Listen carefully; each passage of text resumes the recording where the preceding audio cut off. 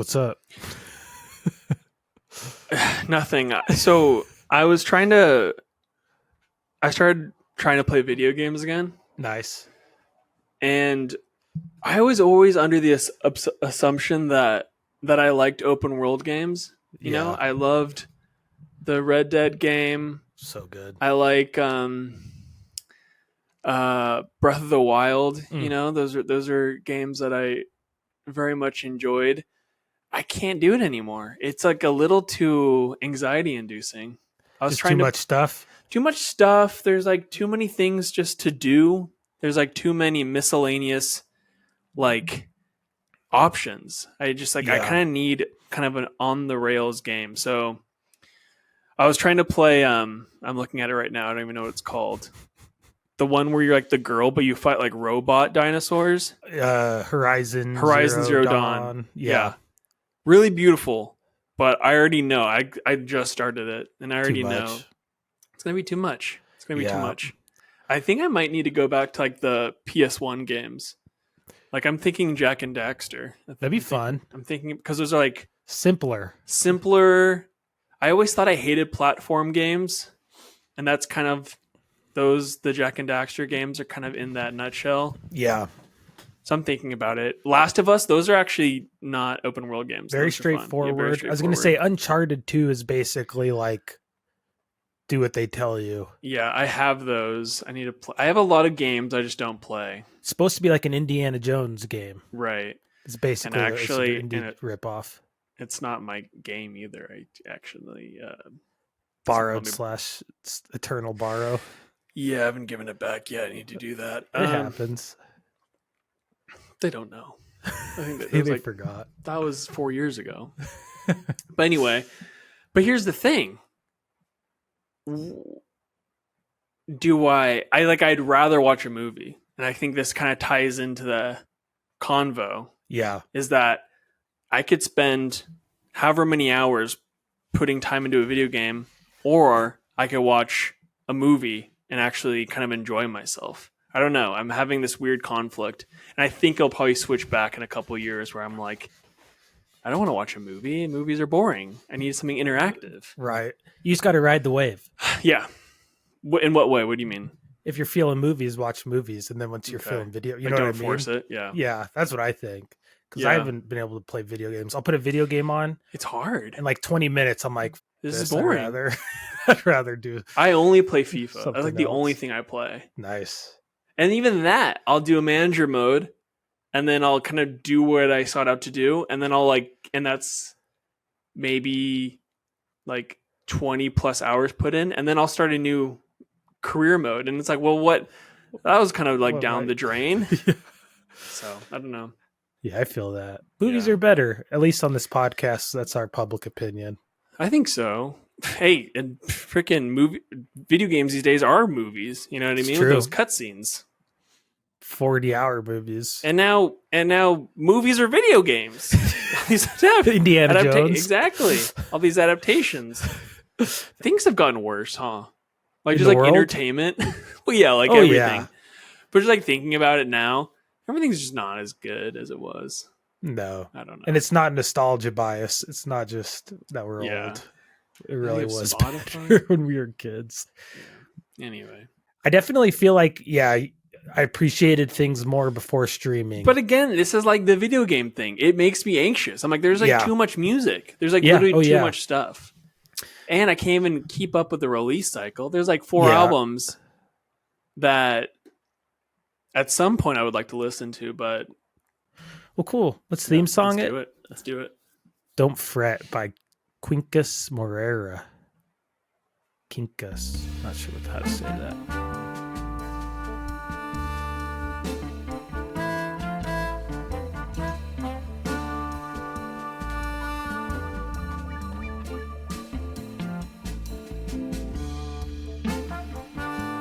Log it.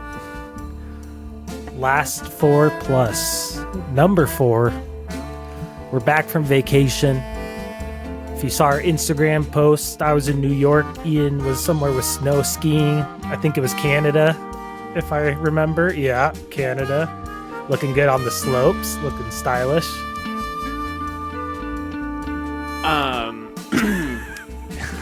For anyone that saw that video, that was my first time on the hitting the slopes. So I actually looked a lot better towards the end. I just didn't have any videos to reflect that. I really do think it looked good. I think I told you this, but it was one of those things where like I was getting taught how to ski, and my friend was like, "You're looking great! Like that's awesome! You're doing it! Blah blah blah." And then I'm like going down. It's like the bunny hill, right? It's like the most beginner area. Yeah. And I'm going down it, and I'm like, "Dang, I feel good! Like this feels good." And then Alex shows me the video, and I look like stiff as a board, like it's just so unelegant, just so bad. But what are you gonna do? You know? It really did look better than I expected. Just as imagining a first timer, and then you did that cool little whip stop. I was like, yeah. They call that a ski, or no, is it skate stop? A hockey stop? A hockey stop. Yeah. Yeah. Yeah, it was cool. Yeah. Thank you. You didn't quite hit the frame, but I did. I was trying to get snow on the camera. You know, that would have been sick. Yeah, skiing is fun. It's probably one of the top 10 most expensive hobbies you can have, but it's fun. It's fun. Are you going to go again? Do you think there's a hobby now? I'm addicted. Yeah, so you're hooked. Cool. Yeah, that's cool. That's fun. Yeah. I've never been. I want to try it. We should go. That'd be fun. I'm down. Just do a bunch of ski movies. That would be like fun. Ski-centric movies. Ski takeover. Do an episode in Whistler. Log It Weekend. I'm down. We need some takeover episodes. I still want to do a baseball episode, which is perfect for Last Four Plus.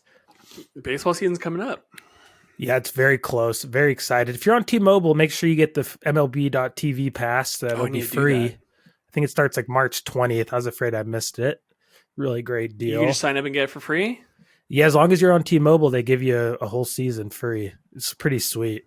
Okay. So I actually bought that every year before T-Mobile took over AT&T. Or was it AT&T? Whatever it was. Hey, everyone's taking over someone, right? Yeah, amen, dude. Well, should we talk some movies? Yeah, I'd love to. You want to kick things off? Caleb, I'm seeing Dune 2 tonight. Yeah, I'm jealous. I can't wait. I'm trying to remember the last time I've had this much anticipation for a movie. I don't know if you have one that you can. Probably The Force Awakens. That's true. Which I think we did talk about. We did talk about that. Yeah, that was a big one for me too. But that was I was pretty. It sparked. You're like shaking in your boots. I was like, oh yeah, this is so fun. But yeah, Dune 2. Though I've only heard good things, which is like it's heightening the anticipation. But I'm also like, what if I hate it? What if I leave the theater bummed? But I don't think I will be. I don't think I will be. So I'm seeing it tonight. Very excited. And with that, because my wife is coming with me to see it, I made her watch Dune. You guys did it good. How'd it go? Yeah. Caleb, she loved it. Oh, good. She absolutely loved it. Oh, right on.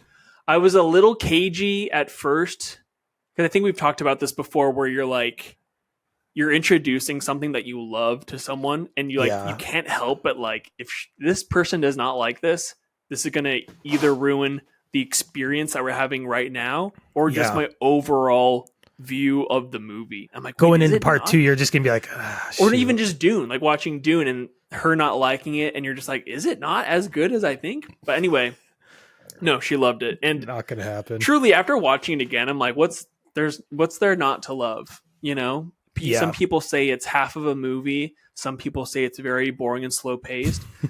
I disagree on both counts. I think it's truly one of the most visually stimulating movies I've seen in a while. Just the costuming, the character design, just everything, the slow plotting nature of it is beautiful. I'm so excited. Anyway, so we watched Dune. She absolutely loved it. She's hooked on the spice. Can't get enough of it. And I think I might watch this again. Let's see. I'm seeing the movie in about 7 hours. I might pop it in just run through it. Why not? Why not? Here, I want to hear the Sardu car guy. Yeah, I love that stuff. I couldn't rumbles do it. Your soul. Yeah, it's great. It changed me. Yeah, I have a Dune question. Bring it on. Basic question, easy question. Go for it. Maybe a hard to answer. Who's your favorite character? If you had to pick Okay. one. I think Timothée Chalamet is very good in this movie. And obviously he's the star, you know. He's Paul Atreides. He's the Messiah-esque figure of the movie. So he's great. But I don't know why I really, really like Jason Momoa in this movie. I don't know why. Like I was watching when they re-released Dune in IMAX a few weeks ago. I went with my friend Julian, who we're also going to go see Dune 2 tonight with. Heck yeah. And he was just like, he was cheesy, man. Like he was lame. And I was like, I couldn't disagree more. I just thought he like fit the role so perfectly. He's like this giant man. He's like, he's kind of like the comic relief too, in some senses as well. Like his interactions with Paul, there's some light like jabbing. It's kind of like two brothers hanging out. So I really like that him. Everyone's just good in this movie, Caleb. But it's hard to pick. I'm excited to see Rebecca Ferguson's character, Lady Jessica, Paul's mother. I think she'll have more of a role. I haven't read the book, so I actually have no idea what's in store. You know, people keep saying like it's like Empire Strikes Back, and I know that story, so I feel like I'll have a curious sense of now. Yeah. And then obviously Zendaya. So, yeah, I don't know. That's fun. Yeah, it is going to be fun. I'm excited for this one. I loved the first one, but I definitely feel like it was a movie where this, depending on how the second one pays off, will affect the first one. Like I loved it on its own, but if like the second one isn't great, but from what I've heard, I don't think it'll be disappointing. I think it's going to be good. Yeah. I'm pretty pumped for it. Hans Zimmer's already making the music for the third. He's like, we're good. So it's for sure happening. Oh, that's exciting, dude. Let's freaking go. Here's a question. Have you seen David Lynch's Dune? Yeah, I love it. I know. I want to watch. I think I'm going to give it a go after. There's spoilers technically. If you don't, this is book one, right? So Lynch's Dune is the whole of book one, where these are split up basically, as far as I understand it. Yeah, I don't want no spoilies, so I'm gonna wait. It's worth watching though. It's totally a different vibe, obviously. Mm-hmm. So like, it's a totally different flavor, but I really genuinely enjoy it. Like first time I watched it, I was like, huh. But now I've probably seen it 3 or 4 times. And a lot of it is like, I was looking at stills from both because they would do kind of like a shot. Like a lot of them are like kind of shot for shot, almost like remakes, like the 2021 Dune. He really takes a lot of that stuff from 84 and puts into his own movie. Yeah. Which I thought was pretty interesting. For anybody who likes that Dune, on YouTube, there's kind of a fan edit that takes as much of the extra material, deleted scenes, anything that got released, and compiles it into a longer movie basically, and kind of restructures it. Because that movie, famously, there was a ton of studio interference and the vision was kind of compromised. And the longer version with like more stuff is really cool. So if you really like it, it's long. I think it's about 3 hours, but it's worth watching if you. So is that a director's cut, or is it?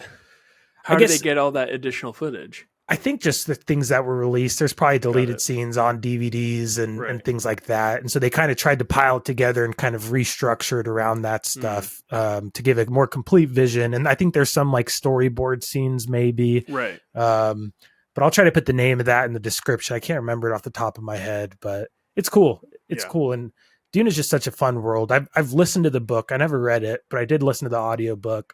And the book is awesome too. So once you see the second movie, I'm excited. I mean, it's such an influential story, you know, like this is what Spice all the was literally stolen by Star Wars. I was gonna say all the Star Wars movies, they're kind of not picking apart, but like George Lucas definitely takes things from Dune and implements it into his own movies, which is pretty interesting. And also like kind of from what I know of like the further mythology of Dune, it kind of flips like the whole Messiah narrative on its head, which I'm like kind of interested because I don't really know anything about that. I just know that plays a part. So that'll be interesting to see. Again, it's just like it's a visually pretty stunning movie. I don't actually know. I'm gonna look who the cinematographer is because I don't remember, but some of those shots are just absolutely gorgeous. And the cinematographer is, of course, Greg Fraser. Greg Fraser. What else did Greg Fraser do, Caleb? I don't know. Actually, I thought it was going to be somebody I knew. He did Wait, a movie did called... you just make up a name? No, I found him. I thought it was going to be like Emmanuel Lubezki or somebody right.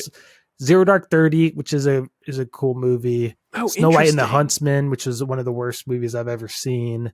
Foxcatcher, which Rogue One, a Star Wars story, which visually is incredible. Creator too. Not exactly the filmography I was expecting after, but the Batman, that I did like the visuals in that more than anything else. Yeah, and it's also a movie that I think I was talking to you about this, where Denis Villeneuve had like a interview recently where he was just like, I don't go to movies to like listen to dialogue. Like I want to go to movies to see like the visual spectacle on screen. And like in all of his movies, it's there, like there is dialogue, but kind of takes a back seat and he just lets the visuals take over, like tell the story, which I actually really enjoy too. I kind of like that. Like there doesn't need to be all this like exposition through dialogue. Exactly. Yes.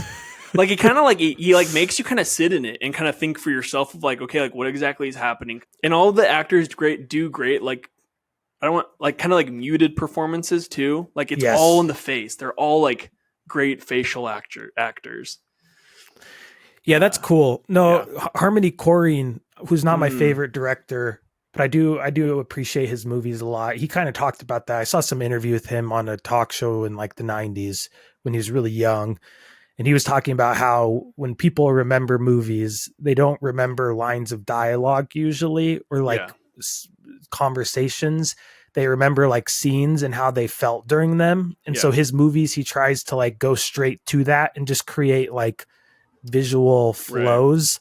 And I feel like there's a lot of truth to that. Like some movies I'll watch on silent and not listen to, like, especially if it's a movie I'm familiar with, not listen to the dialogue or the music to see if I can still follow what's happening without those helps. And there's a lot of really good movies where you kind of get what's going on even without the help of the music or the dialogue. Right. And to me, it is like a sign of maybe not a great movie, but that there's a lot of they're doing something right, I guess. No, yeah, that's true. I do think some directors kind of like put too much into the visual aspect of a movie, and like you can tell when a character speaks and you're like, well, you did not think about the dialogue at all. Like, there's a few movies, for example, The Creator was one of them where I was like, oof, what the hell? Bad it's dialogue. A beautiful movie. Like the director who did Rogue One, Gareth Edwards, like he's a special effects guy. Like that's where he got his start. So he knows how to like set up a shot and like he knows what's going to go where. But when it comes to like writing dialogue for a character, it does seem like it's kind of like not like afterthought kind of. But it's probably one that'd be better on silent. I was going to say, have you seen that yet? Have you seen The Creator? I did. I really didn't like it. I was bummed. It was not great. Because I like Gareth Edwards a lot. I'm rooting for him. He's doing the new Jurassic Park movie, apparently. Which... just he can do the dinosaurs well. Maybe if somebody else writes it, I was going to say, directs visuals and stuff, I would get Aaron Sorkin to write the script. Everyone's just talking the entire time, walking and talking with dinosaurs. Oh my gosh, that's awesome. But yeah, look, man, we're gonna need to see Dune 2 together. We're gonna have to. We're actually, Down. You know what we should do? We should do a Dune commentary. That'd be fun. I'm down. We should do. I feel like it'd be fun to do the Lynch one with you when you watch it the first time, that might be more fun. And then a little bit more campy. Maybe less chance it gets taken down, or like we run into copyright. Yeah, exactly. Which I could figure that out though. Caleb, tell me what you've been watching. Yeah, I'll start with the quick, easy one. I watched a newish movie. I was very excited when it went on streaming. I've been waiting for it. Aquaman and the Lost Kingdom, last of a dying franchise and universe. It's the last one, right? Yeah. It was everything you'd expect. It was just a ton of CGI. It was a lot of weird big monsters, a lot of things exploding. Jason Momoa, I think Jason Momoa something is broken in his brain. Is Because he he's like, yeah, go ahead. oh, he's just hit this like new thing where he's always been like the cool guy who's like, whatever. I don't give an F. He is a cool guy. He is cool. I like him. I love But he's him. like gone next level. He's like going into like crazy guy actor stage in a good way. Like Goofy? I don't know if you've. Oh yeah, but like okay. But like I don't know the best way to describe it, but like if you saw Fast X, his villain, it's like a Bowie-esque character. Right. He's just like flamboyant. I've heard. He's like over the top, and I loved it. If you're going to do a movie like Fast X, go for it. Yeah. This movie had the same energy though. But he's also the main character. He's Aquaman. So it's all. Yeah, but even I would love for you to see it, either of these, because I'm not criticizing it, and I'm not saying it's bad. I'd prefer it. I prefer actors go for it rather than just do like safe performances. Like I like it. It's wild though. Like he really like. There's some. I wish I want to hear him talk about it. I need to find interviews if he like says like, I'm just like I'm the, whatever. I'm famous now, because or he like I don't know, but he's over the top and it's great. The whole movie though is a little bit of a headache with the CGI. It's so chaotic. The story is like crazy. Like this one's literally the big bad guy is like global warming, like literally, and like, is it manifested as a villain? Yeah, so or like as a humanoid. Basically, there's like this material that creates a ton of energy, but also literally dispels a ton of greenhouse gases. So oil? Basically, but it's like neon green oil. And so the Atlanteans realized it was destroying the earth, and so they hid it. And then there's a bad guy now who's finding it and using it, even though it's going to change the earth's whatever. Is it Black Manta? Is Black Manta still the villain? Black Mantis is still in it. I like him. And then there's like another bigger bad villain now that Black Mantis is working with. He was good. So yeah, just what you'd expect. It's fun though, and for free on streaming if you got Max. Like, why not? I wonder, because I don't know the timeline, because when this was being directed, did they? I'm sure that this was before the takeover, or not before the takeover, but before like the gun reworking of the universe. It must have started before that. I'll say I don't think they would have done it. Yeah, they definitely would have done it. But I wonder if it's just like, just go out with a bang, just like. We don't care what you do. Because I actually liked the first Aquaman, and it's fun. From what I'm hearing, I don't think it was as crazy, or at least Momoa's performance. This one? No, the first Aquaman. Like, it's not as like, doesn't sound as kooky as this one. He's kooky. That's the right word. Like you could tell he's just like, whatever, man. Yeah. And they're like, I don't know. And Aquaman is like. In the comics, he's not like that. He's like more regal. Like he's the pretty king stoic, of Atlantis, kind of. Yeah, sort of. And I think Momoa's like, I have tattoos. I don't know. The last scene of the movie, I won't spoil it, but it's just kind of like, it's almost like fourth wall breaking, the level of like F it he is. Yeah, it's fun. If you like him, you'll like it. If you hate him, you'll hate it. I can't imagine it's the worst superhero movie of this year. It's not the worst. It's better. I haven't seen Madam Web yet, but it's definitely doesn't at least seem he as does bad. Stuff. And again, if you're making a dumb superhero movie, no offense, I don't mean dumb in a bad way, but if you're making a big CGI schlock movie, go for it. Like make it entertaining. So that was fun. It's a fun Friday night movie, which I think I literally. No, it's Friday tonight, so no, it's not true. I do love Patrick Wilson. He's fun, and he's very prominent in this one. Good. Yeah, he's ripped. He like took the assignment seriously. Yeah, he looks really good. Jason Momoa's jacked. I was gonna say, is he jacked? Or is he? Does he just wear like a vest the entire time? He has a super suit most of the time, but there's some scenes you can tell. Does he have his shirt off at any point? Because I don't think he's as fit as. I think so. Yeah, I think. You think it's CGI? Well, I just think he's like, well, what's the point? I'm not going to get ripped for a movie no one's going to see. I don't know. Isn't he always ripped though? I mean, I don't know. I don't ever see him behind the scenes. He's a little. I'm not good body for shaming him. Live your life. No. Yeah. Totally. I think it'd be torture to have to stay in shape like that. From what I hear, it basically is. It sounds like the worst. Like I actually Yeah. think it ruins people. I believe You know what I it. mean? Like it ruins their whole metabolism cycle, like probably like just the way they interact with food. I can only imagine it's one of the worst worst parts of being in those types of roles. And from what I've heard, to get that kind of ripped, you basically have to be taking supplements beyond like healthy HGH. supplements. Yeah, absolutely. Like it's just a necessity. Like even Ryan Gosling and Barbie, I figure he was doing some extracurriculars because he was like, his muscles were like popping out of his skin. Yeah, so that's like kind of gross to see. I don't like that actually. And also it's like let's go back to like the 80s, just normal human like action people. Heroes where they're like there's some chunk on them. Yeah, you know. Anyway, what'd you watch? Well, speaking of superheroes and getting ripped in order to star in the role, I watched 2002's Spider-Man, Sam Raimi. I haven't seen this movie in probably 15 years. Nice. Like a crazy amount of time. And she holds up well, Caleb. Yeah. This movie rocks.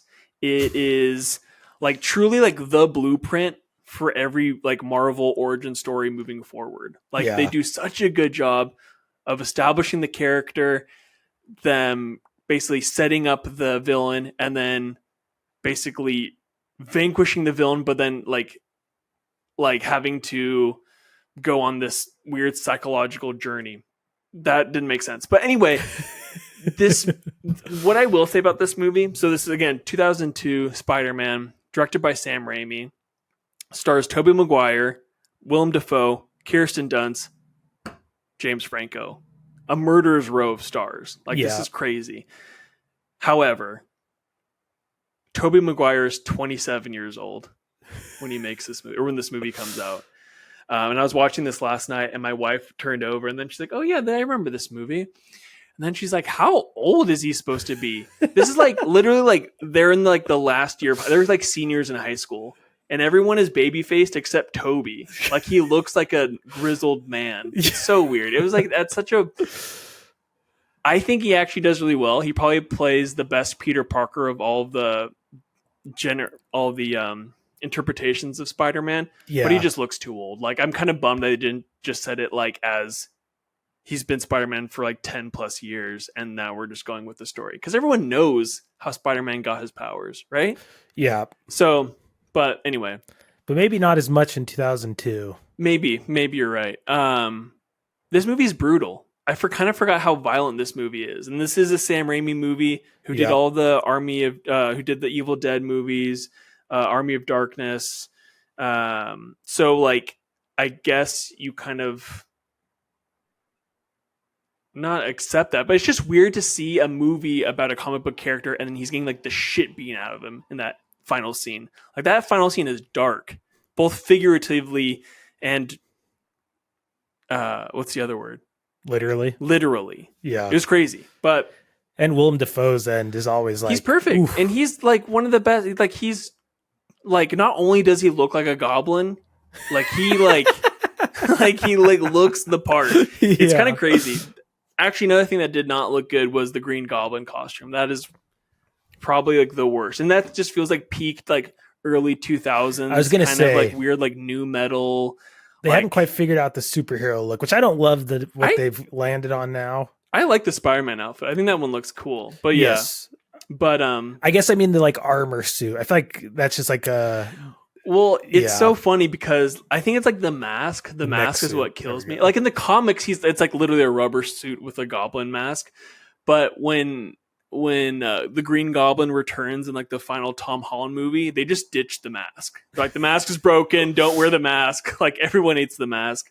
So they ended up figuring that out. And his face is so good. Yeah, like he literally looks like the mask. Yeah. Like in his facial expressions, he plays like the two-sided coin of being like Harry Osborn and the Green Goblin. Like there's that scene where he's like talking to himself in the mirror. He's so good. James Franco plays the whiny, bratty, trust fund kid, which is great. That feels like it fits well with Good his casting. Yeah. Yeah. But yeah, it's probably like the best origin story superhero movie of the bunch. Like it just nails it. It's kind of crazy too. Like it's crazy how there like wasn't really much to go off of. You had like the X-Men movie in 2000, and then you had like the Keaton Batman movies. So like those, I'm sure it kind of helped kind of lay the pipeline to this. But it just feels like so forward thinking, and it's cool too because like with the X-Men movie, they really like stepped away from the comic book origins. Like that's why they're all in black leather and it looks horrible. And then in this, they're like, no, let's lean into it. It's a colorful movie, and it's super colorful. It's beautiful. Yeah, and then Tobey Maguire plays like the perfect sad sack Peter Parker. Like he's like just down in the dumps constantly, and they keep that up in like the second and third movie. Yeah, but you can't help but feel like just like shit out of luck kid. It sucks. And when I say kid, I mean 27-year-old. But and again, it's so crazy because this came out when we were 10. Like you and me. And I just can't imagine, again, like watching this movie, I was like, this is extremely like scary and violent. Like, I don't know. Like maybe I'm just like too much of a snowflake now. But I don't know. I just like, I'm like, I can't get over, like there's the scene when the bomb blows up in his face and you kind of get the slow reaction of his like mask getting ripped apart.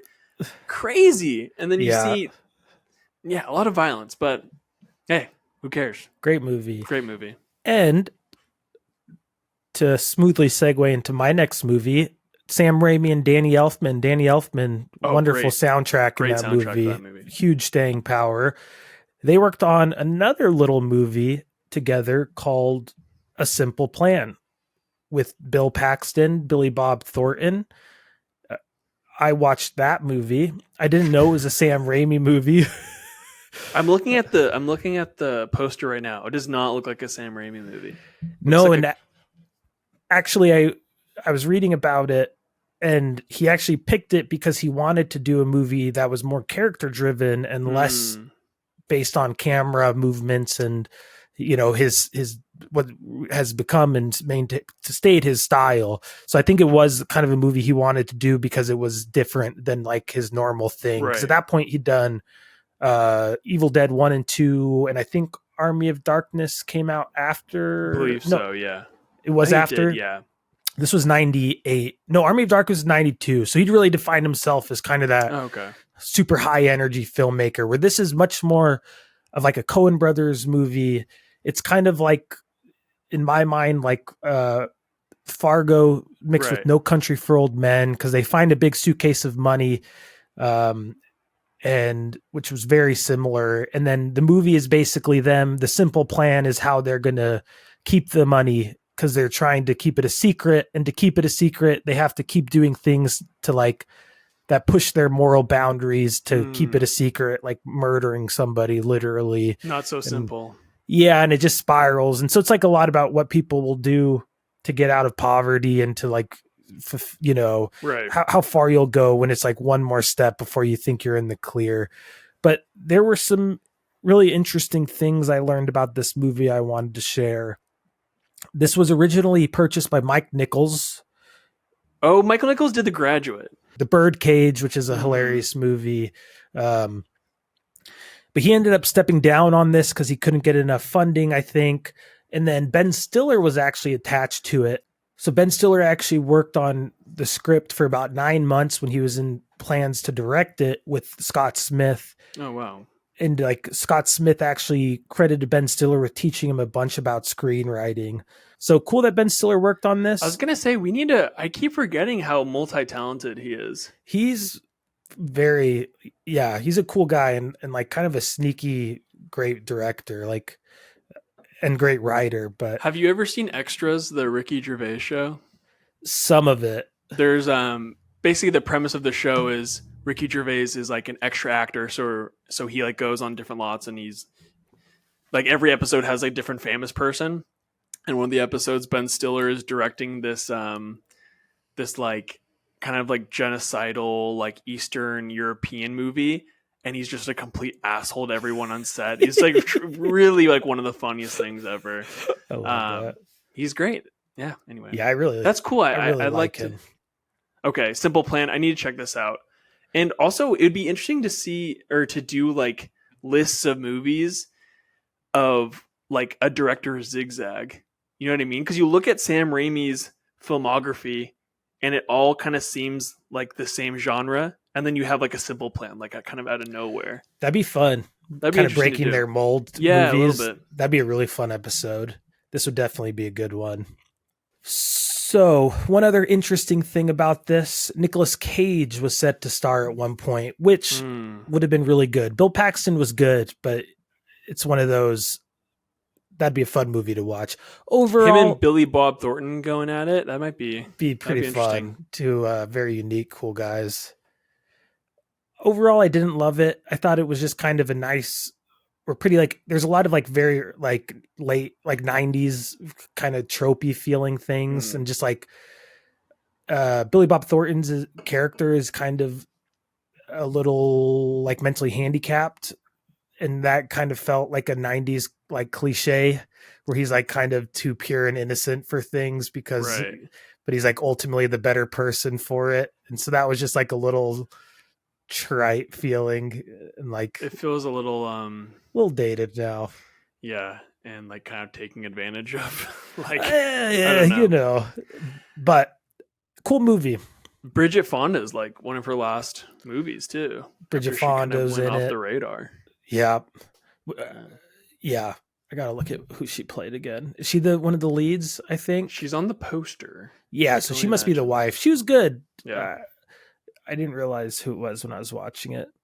But yeah, this was cool. Sam Raimi, Danny Elfman, that alone is enough to check it out. The score didn't stick with me at all. I was really surprised. I was going to be interested to see, because I feel like you kind of, when you hear Danny Elfman, you think of a specific type of movie. Same with like Sam Raimi. Yeah. So I'm like, oh, okay, like what would this be with the two of them? And it feels like a completely out of character.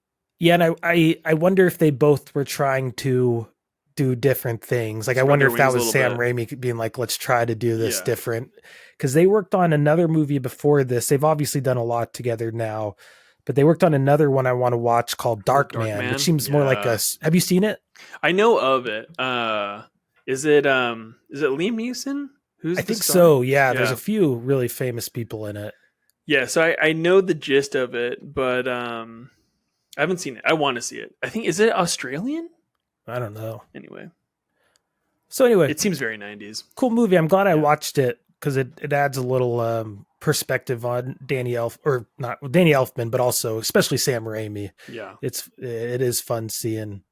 But also Billy Bob was nominated for Best Supporting Actor for this and Best Adapted Screenplay for Scott Smith. Wait, is adapted screenplay when they take something like an already written literature or whatever? And yeah, which in this case was his own book.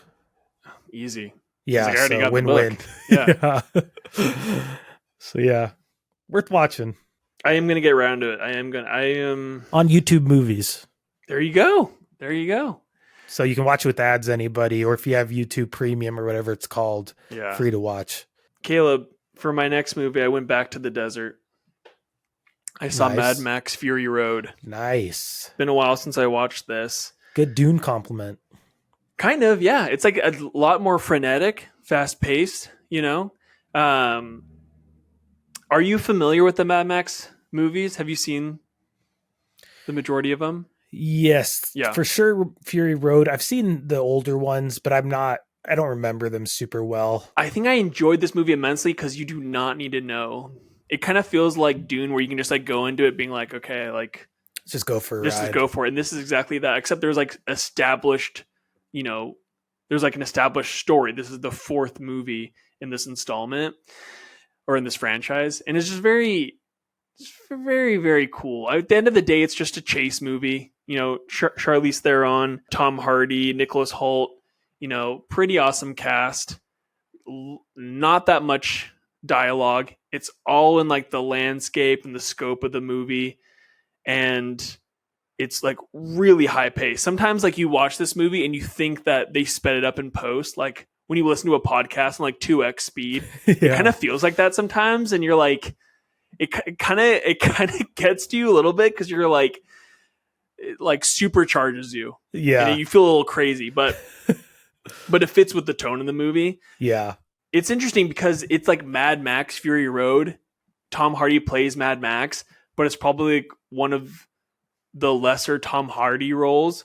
After production, everyone thought this movie was going to be a huge failure. Spoiler alert, it wasn't. It was like a massive success. It won like all of like the technical Oscars. Yeah. And I think afterwards, like it just kind of came out that Tom Hardy like was just not great on set. And you kind of, it's crazy because when you watch the movie, he takes on different, like he has like very, very little to none speaking parts in this movie. And there's like 4 different sections where you can tell that it was dubbed over. Like you can tell that he has a different voice, and I'm assuming that's because they had to re-record. They just yeah, exactly.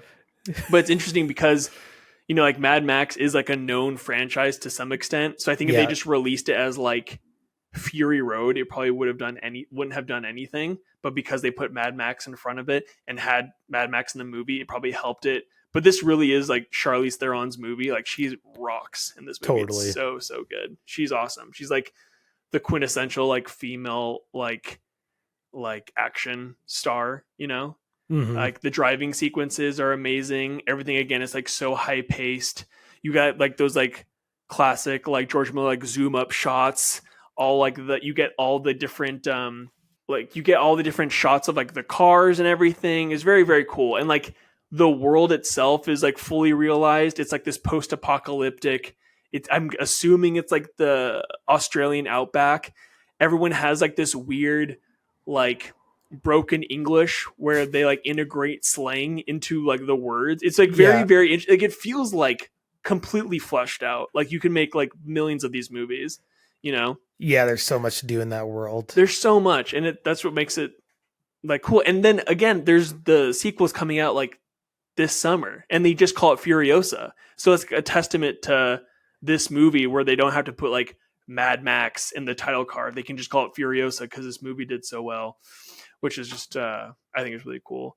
And this is also one of those like cool movies that was in development hell and then got out of it and then became this massive success. Like this movie was supposed to have come out in the 90s. Like he started writing it like after Thunderdome, the third Mad Max movie.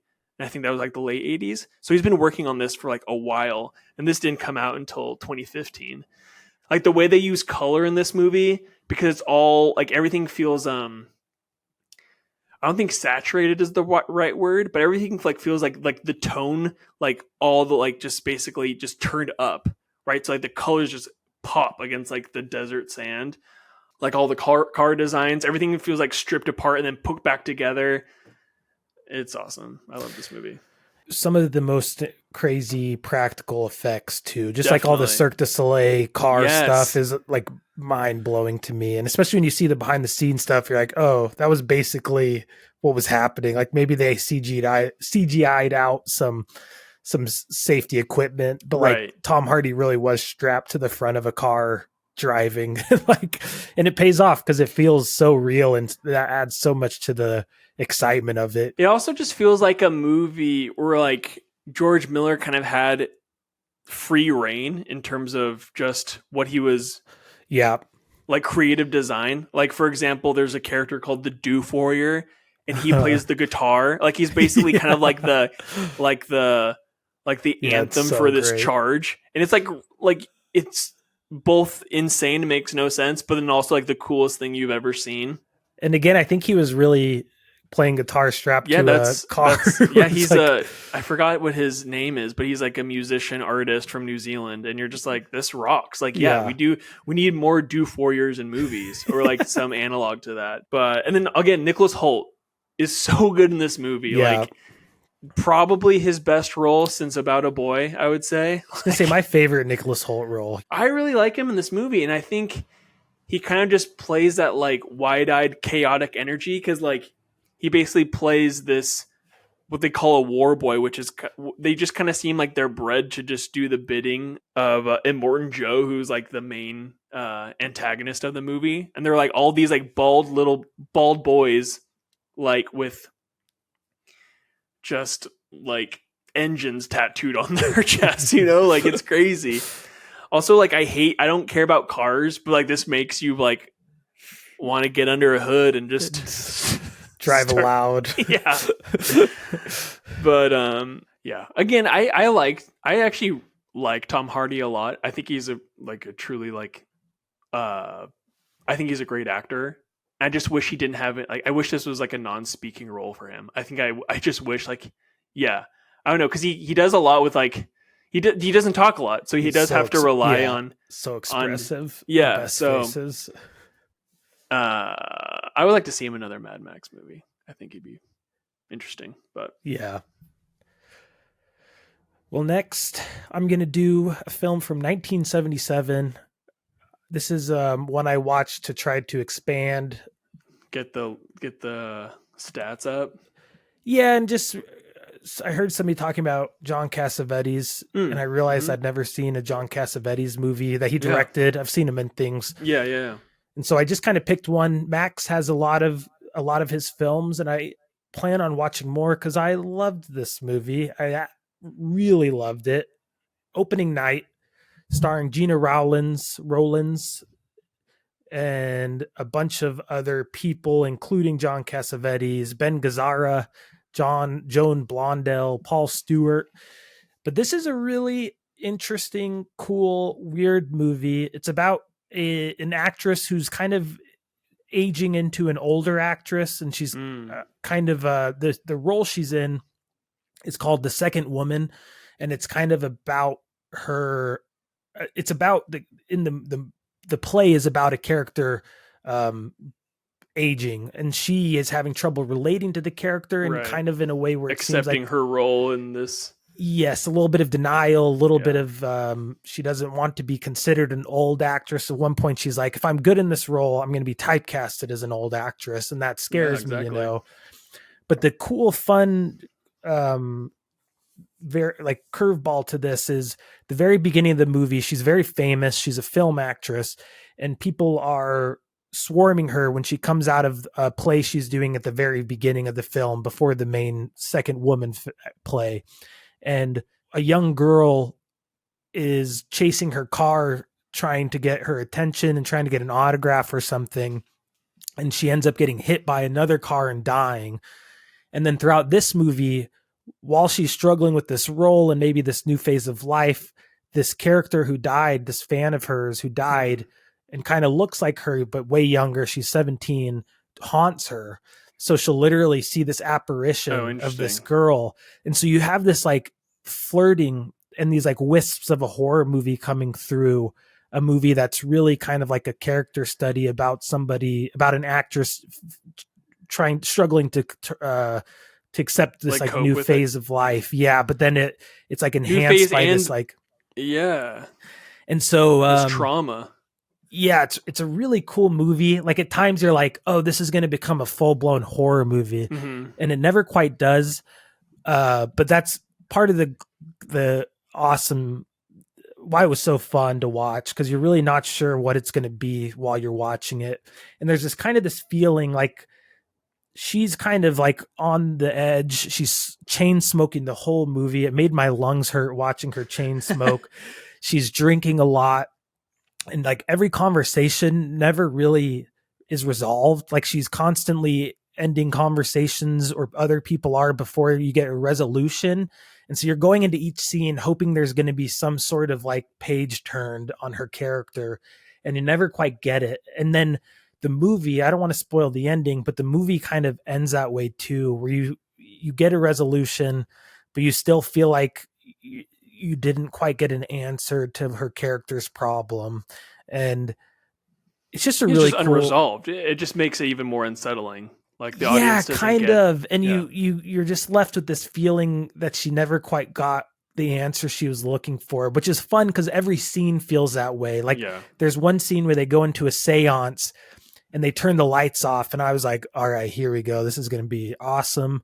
And then immediately she turns the lights back on, is like, I don't want to do this. Like, this isn't right. It was all me. I'm faking it. Like, I'm leaving. And every scene almost feels that way, which it was really good. I really loved it. I want to watch more John Cassavetes movies. I really loved how it was shot too.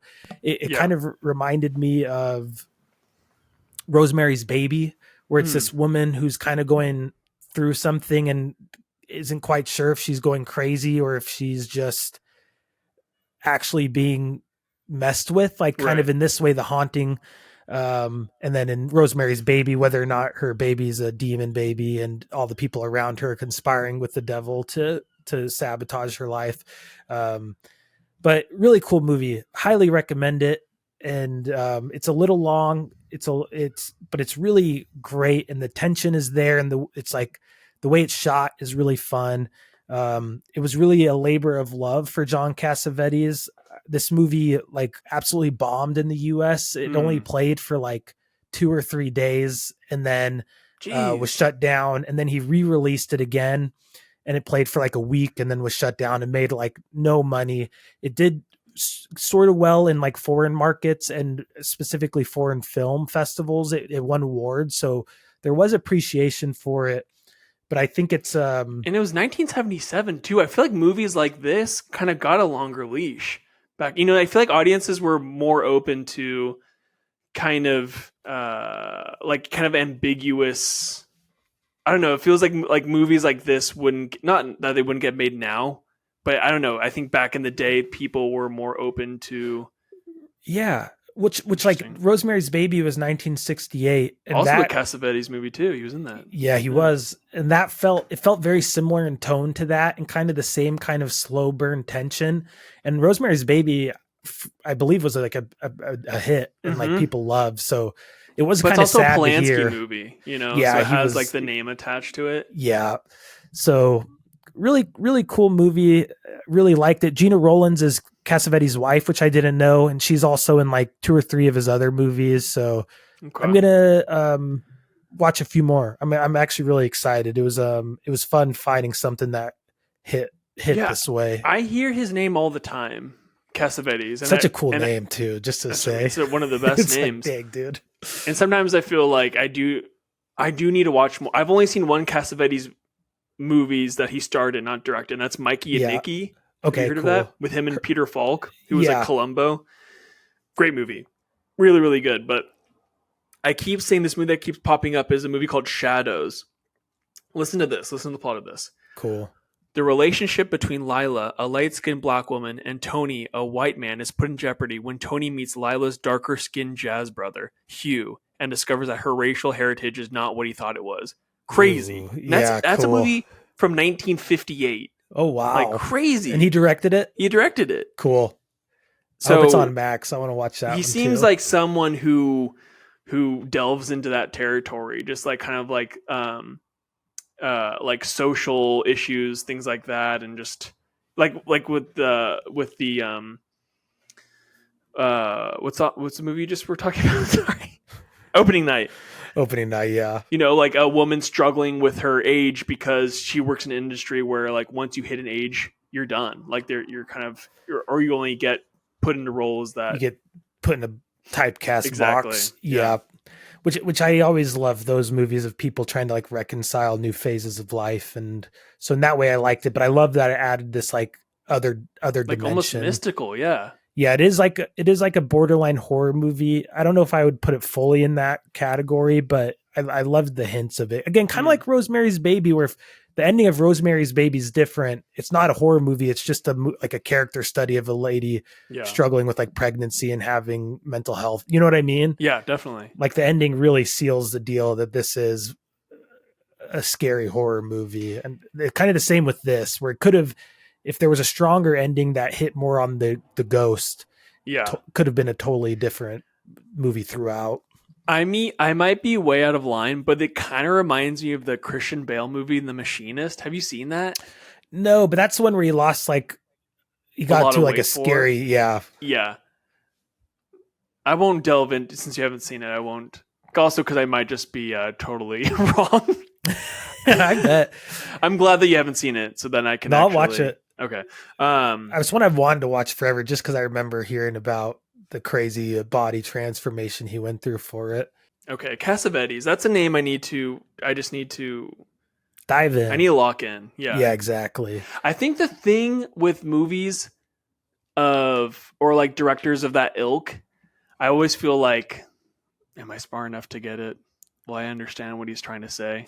I don't know. It sounds like one. I think I don't know if I fully got it either. You know what I mean? Like I'm sure there's stuff over my head, but it was fun regardless. But yeah, what else have you been watching? My last movie is so this will happen from time to time. When I pick a movie, it'll keep popping up and I'm like, okay, I have to get around to this at some point. Like I do need to watch this movie because it keeps popping up on my watch list. And usually it's a movie that I'm not exactly excited for, and this is one of those movies, but boy, was I happy to have seen it.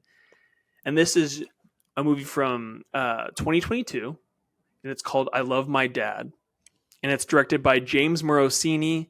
He directed, wrote, and he starred in this movie. It also stars Patton Oswalt, Claudia Sulewski, Rachel Dratch, Lil Ray Howery. And love him. It's a great little indie movie. Essentially, the plot is Patton Oswalt plays a kind of absentee father figure. Okay. His son, played by James Morosini, completely cuts him out, wants nothing to do with him. And the only way that Chuck, this is Patton Oswalt's character, the father, can get back in touch with him is basically catfishing him. So he catfishes his own son. He steals the identity of this girl that he meets at a diner. And he just creates a profile and starts talking to his son.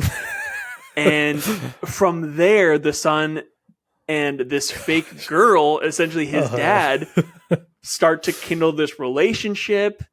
And, you know,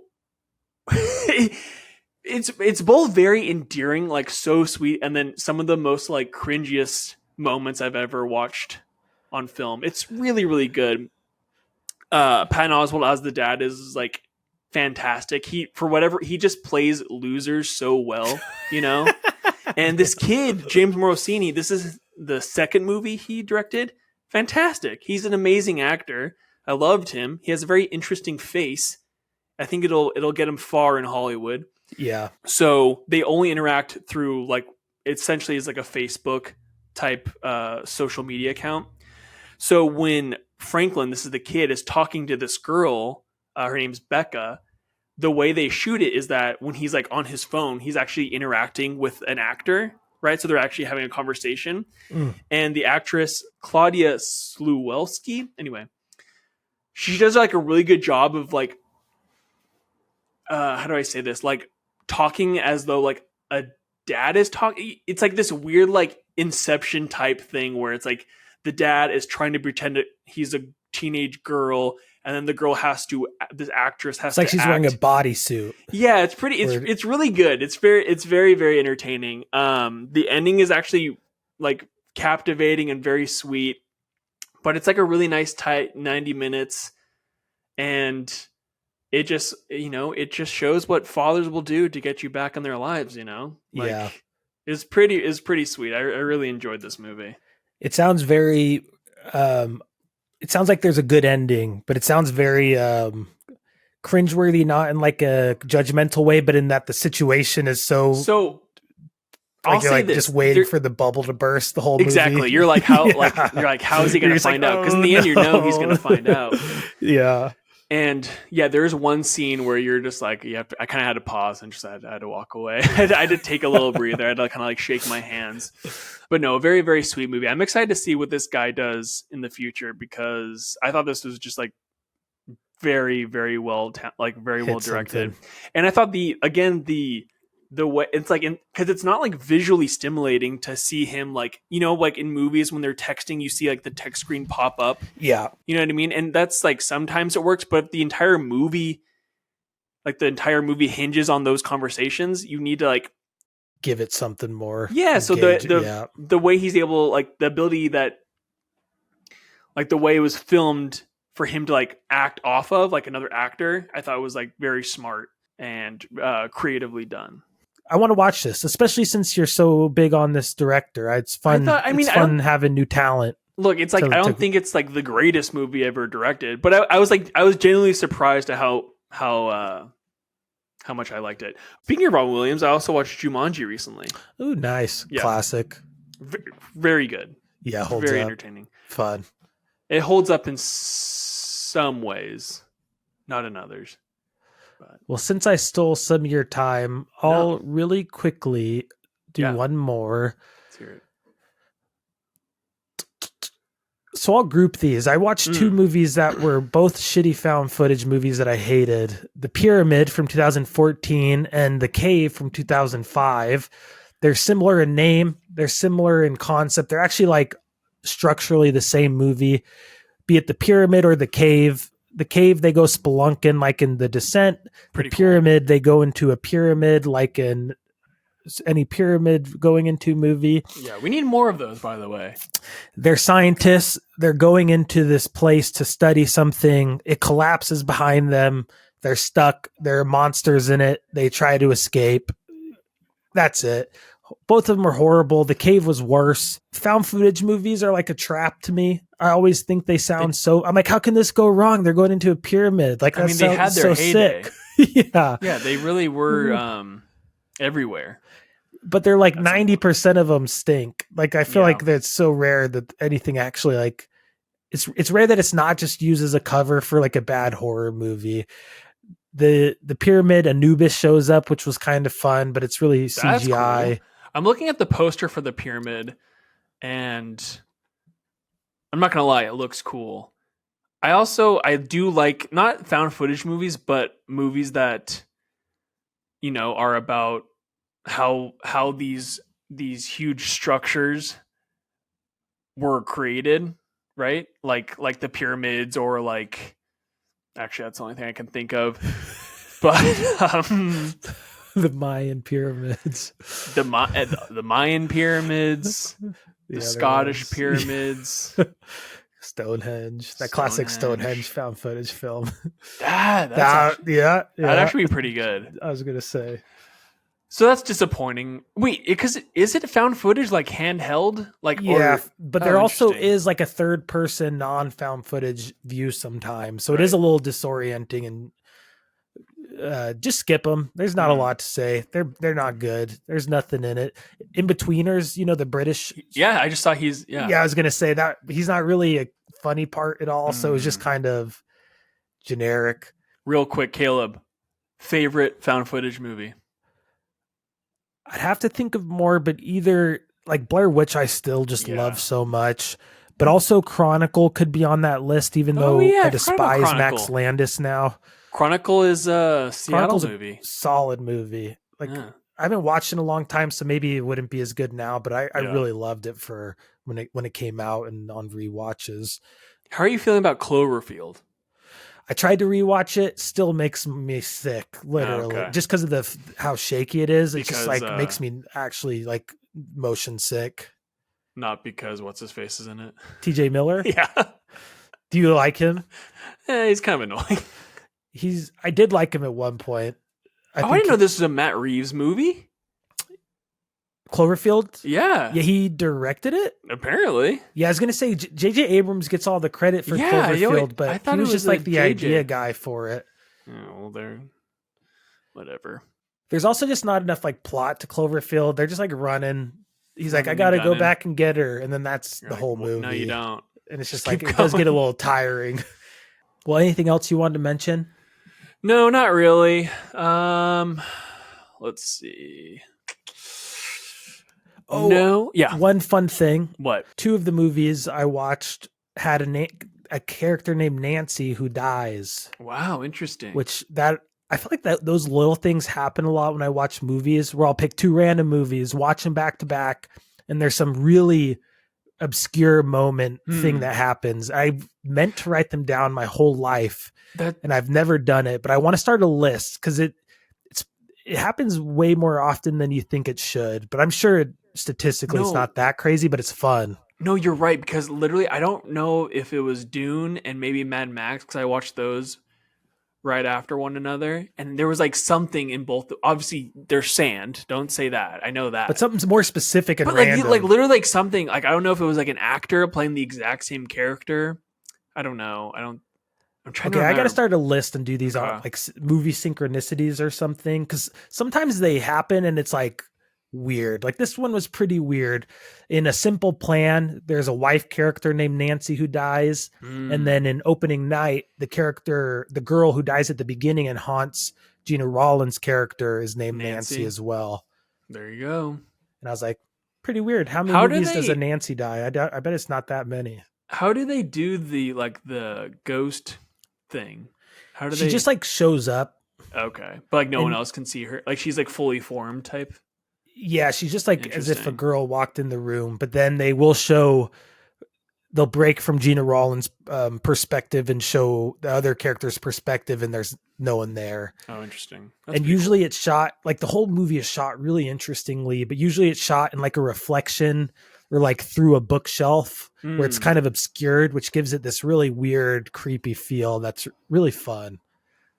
I'm excited to watch more Cassavetes movies. Like I know he's great and I'm late to the party, but it did hit. Like I said, like Seven Seal, I watched and it just didn't hit in that way. Right. This was one of those ones that was like really, it felt like you were discovering something really fun that I wish I'd watched sooner. I know. I think about that all the time. Like I'm wasting my time watching Doctor Strange when I should be watching some masterpiece. But But I the watched the reality pyramid is, right after, which That's was true. just absolute garbage. So it's like, just sprinkle them in. That's what I try to do. yeah. And then I look at my watch list and I have like 1,600 movies just on that. And I'm like, I'm just never going to get through it. Like, No. so I think it's fine. I think we so. can just. Also, like, I think watching movies is just about the state of mind you're in. You're in. Yeah. So, maybe you wanted to watch a pyramid movie.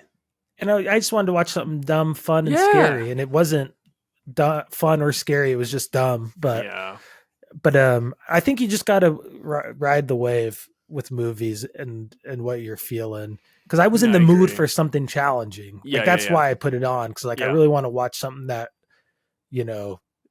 forces me to think and sit. That's not always the mood I'm in. Also, you know what it is? I feel like Letterboxd is becoming this like this, the more people come on, the more you're like, I got to make sure I watch something at least interesting. So they don't look at my profile and they see, Spider-Man 1, 2, and 3. And then, I mean, early on our show, I said Yeah. I wasn't going to try to let it change the way I watch movies. uh-oh. But I can't help it. And in a lot of good Mhm. ways, like I realized I've watched less foreign films than I would have guessed if you just asked me. Yeah. And so I've started trying to do that more, which I haven't been good at. But also I definitely think like, what do people think about what I'm watching? Even though I have like 4 friends and most of them are people from our show. So it's like, who cares? But at it's the end like, of the day, I'm just like, let's not gatekeep movies, or not gatekeep, but like, let's not, create this hierarchy of what's good and what's not. movies at the end of the day are an entertainment. Yeah. Like even art ones are still just, entertainment at their base, in my opinion. They're just moving pictures, So as long as you're getting entertainment and a break from life, that's all it is.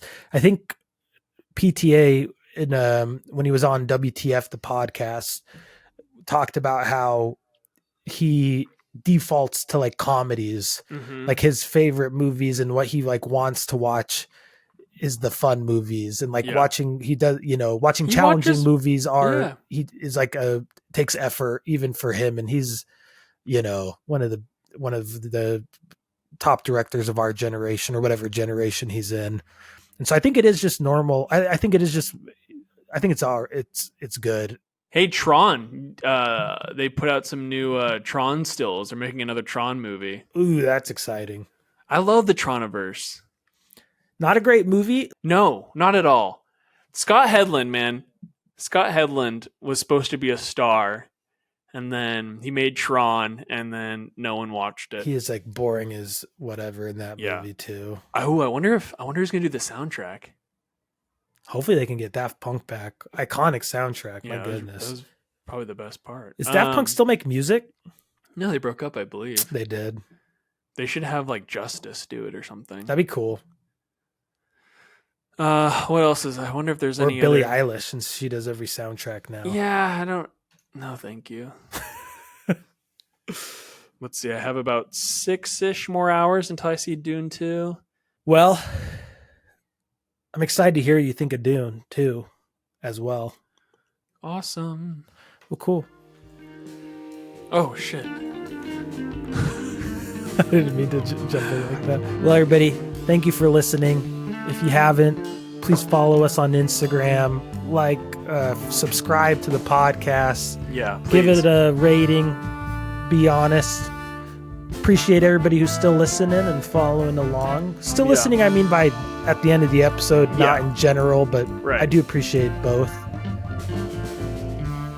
Hey, and missed you last week. Missed you guys.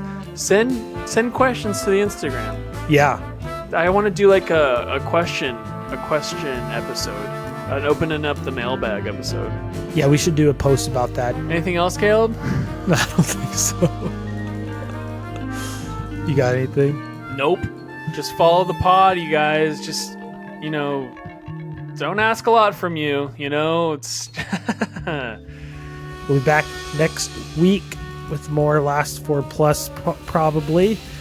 Oh, sorry, someone's calling you. No, it's cool. We can wrap up. Cool, man. Appreciate you. All right.